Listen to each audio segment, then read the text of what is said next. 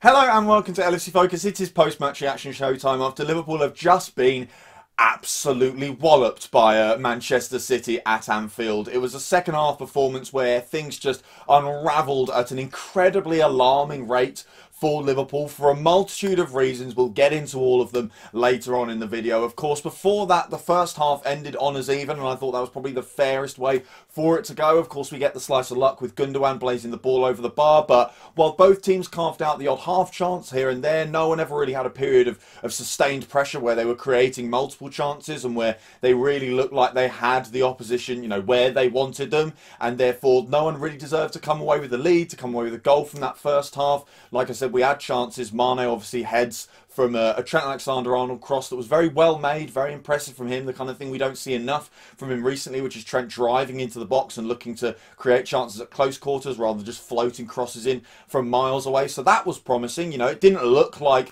Liverpool was struggling. It looked like we were maybe, you know, just matching Manchester City, which is no bad thing. They're a very good side as well, and it felt like both teams were kind of trying to work each other out and work out exactly what the dynamic of the game was going to be, and therefore how you could affect it to try and bring about some goals and win the game.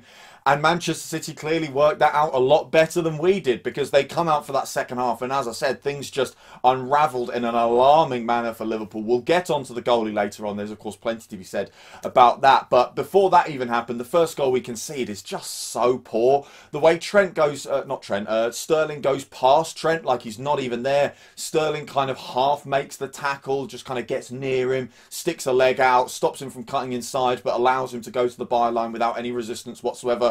And then Fabinho just kind of stands there and watches him. I get why he's maybe reluctant to go out, because he's the centre half. The right back's already been pulled out and away from his position, so you don't want to create a huge space in the middle. But just a quick glance over his shoulder would have shown that Liverpool had players back anyway, so he could afford to get out and press Sterling.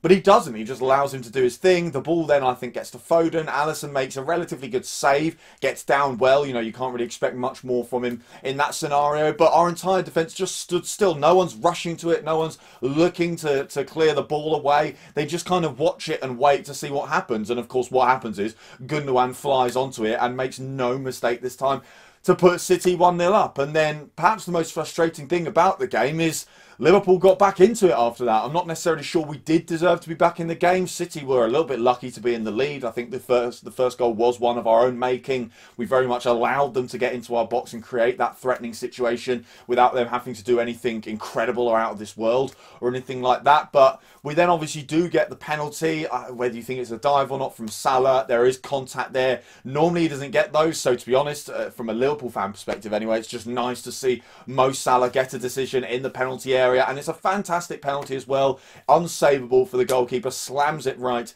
into the top of the net. And, you know, Liverpool then had something to hold on to. They had something that they could build on. They could maybe go on and win the game and put themselves in a much better position in the league and give themselves a bit of momentum as well. But instead what happens is we completely fell apart. And listen, what happens with Alisson? Giving the ball away multiple times in dangerous areas. If we were 2-0 down, I could totally understand the idea that we need to keep the ball moving quickly and play our way to try and create some chances, play out from the back and everything like that. You could understand maybe taking those risks under the circumstances. But at 1-1, when you've got something to protect and you're not playing brilliantly, you know, a 1-1 draw would actually have been a decent result for Liverpool today, as we can now pretty much obviously tell. But you don't need to be rushing to create chances. It reminds me of, and it was Adrian, like the whole thing, the way the goals get conceded. But it reminds me specifically of Adrian against Atletico Madrid, where we went 2-0 up. And we finally had control of the game. Finally, we were the ones who were in command, and Atletico were the ones who had to try and force the issue. And suddenly, Adrian starts trying to spray the ball out really quickly and play quick passes to get it to defenders and play out from the back and stuff like that. And you're thinking, it's fine doing that when you need to do it, but this is not the time. And the same goes for when Alisson was doing it today. And The really frustrating thing as well is he didn't learn from his mistakes. Even before the second goal and the first goal, he makes another error that really should have led to a Manchester City chance. He gives the ball away in a really dangerous area. I think he's outside his own box with the ball at his feet, and straight away, as soon as we managed to luckily get the ball back after that, he makes the error that leads to the first goal, and then he doesn't learn from that either. The same thing happens for the second one, and that's what's really frustrating, because one thing we do say is brilliant about Alisson is he doesn't normally let his mistakes affect him. He doesn't sort of have it's not like Mignolet or Karius who would compound on their errors quite often because their heads went and they lost their mental focus and everything like that. But the issue with Alisson was that he didn't even kind of acknowledge that the errors were his own fault. They weren't just random mistakes that, listen, can happen. He was choosing to make those decisions. He was choosing to pass the ball out from the back under pressure when the options weren't great and when City were lying in wait to press and intercept and create chances off of that. And he didn't acknowledge it. He didn't change the way he was playing. He didn't start hoofing it long. We've seen in the past when it hasn't been going well, even Adrian has done this, when he's struggling to pass out from the back, he just starts booting it. Nat Phillips does it at times in defence as well when he's getting put under immense pressure. At times you've just got to acknowledge that it's not even your own shortcomings, it's just the nature of the way the game is playing out. Man City want you to try and pass out from the back. They want you to play those short passes to their attackers who are lying in wait, and Alisson didn't learn from that. Didn't learn from it again when they score the second goal that makes it 2-1, and then that's what ends up making it 3-1, and the game is over by that point. The Foden goal is fantastic, fair play to him. It's still poor defending from Liverpool, the way Andrew Robertson just backs off and backs off and backs off and backs off. You know, a confident Robbo goes in and makes that challenge, also because he knows he's got, you know, Van Dijk behind him, so he's a bit more confident in going in on someone because he trusts the guy behind him to make, you know, to make up for if he makes any kind of error or lets the Man City player past him. Also, when Alisson's on a good day, he'll back the goalkeeper to deal with any issue that may arise from Robertson flying in and making the tackle and making it poorly and not coming away with the ball or anything like that. So it's maybe understandable that he doesn't want to fly in on Phil Foden, but it's just symptomatic of everything that's going on at Liverpool at the moment, which does seem to be just a general lack of confidence and belief. And I don't want to lay into the side too much, because if you watch the post-match video after the Brighton game, you'll know that it went through plenty of reasons as to why Liverpool are the way they are at the moment. You know, the fatigue is playing a part. The way the season's been condensed makes it very, very difficult for Liverpool to play their normal style. And I do think what they've got to do is adapt the same way that City did earlier on in the season. And another comparison that I drew in that previous video after the Brighton game was to Jurgen Klopp's first full season in charge in 2016-17, where we had some brilliant games at the start. We were near or even at the top of the Premier League table.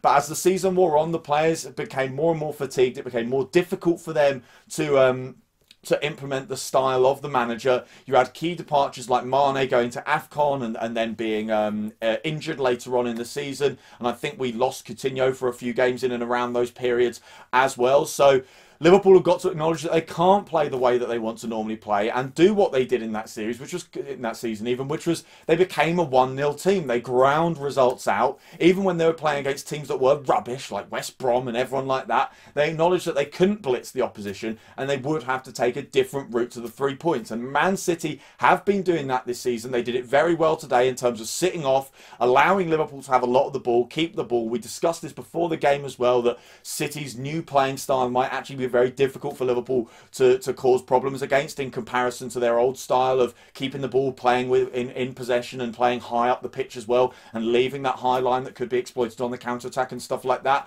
But they very much lay in wait until the opportunities arrived and then took those opportunities absolutely brilliantly. So to be fair to them, it was a very good performance, and the reason that they are probably going to run away with the league by the end of this season. It's been very close up to this point, but you do feel like Manchester City are absolutely running clear with it now, and that will probably continue, and the gap between them and the rest of the teams will only get bigger. But for Liverpool, it is now all about that top 4 battle, and we've got some crucial games coming up with it as well. Of course, we play against Everton, who are 3 points behind us with 2 games in hand. One of those games is, of course, against Man City as well. So, listen, if City can do us a favour there and we beat Everton, then we're in a much rosier position. But I suppose the good thing is now there is still a clear goal. We haven't drifted down in the way that Arsenal did earlier on in the season, where they are kind of now, regardless of how well they do between now and the end of the season, in the mid-table doldrums. It's hard for them to really motivate themselves for every single match. match. Liverpool have got to get up off the canvas, put this result behind them, find a way around it, find a better way of playing, and playing well more consistently as well, because of course we've had some good results. Like I said, there were some good moments earlier on in the game today as well. The Trent cross for the Mane header in the first half felt like a moment that could have been a flashpoint. If Mane heads that ball a little bit further to the right, a little bit further away from the goalkeeper's arms, then it could end up in the back of the net and the game becomes a totally different story. So there's signs there that Liverpool still can be a very good team.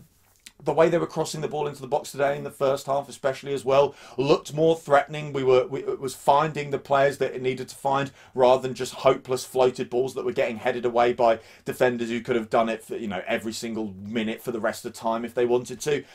So there were good signs today. But we were just well beaten by a very good Manchester City side. And what's really frustrating is we did shoot ourselves in the foot as well. As I said, the first goal, the defending was poor. The second and third goals, we don't need to discuss Alisson anymore. You know, the good thing is, this is probably a blip for him. I don't expect this to carry on like this. I think obviously Kelleher is waiting in the wings, and if he wanted to go nuclear and make a huge decision and a huge call, you could draft him in. But I don't see why you would, because Alisson is such a fantastic goalkeeper, and the only reason Liverpool are in the position they're in now, where they are champions, well, not the only reason, but one of the big reasons, is that they've had him between the sticks. So you can forgive him the odd bad game. It's just annoying that it happened in a season where everything else that could possibly have gone wrong has also gone wrong as well. So it wasn't Liverpool's day today. It's not Liverpool's year. I think we're going to have to face up to, and it would, if we're being honest, be a fantastic achievement from this side if they can still get top four, still start picking up points again, and, you know, set us in good stead for the next campaign. But in the meantime, it was a crushing loss for Liverpool today. Let me know what you think of the performance, particularly not just the result, because the result in the grand scheme of things doesn't mean a huge amount. It just puts more distance between us and City, but the way we lost is probably what I think will irk people more. So let me know what you thought of that down in the comments below. Apart from that, that is all today's video, so thank you guys very much for watching. If you did enjoy the video, as always, you know what to do. Hit the like button down there, hit that subscribe button there if you're new around here. Check out some of the other videos that have been out on the channel over the past few days. Don't forget to follow at LIVMCI Focus TV on Twitter as well, and I'll be back soon with the pre-match content for that game against Leicester next weekend. Until then, bye for now.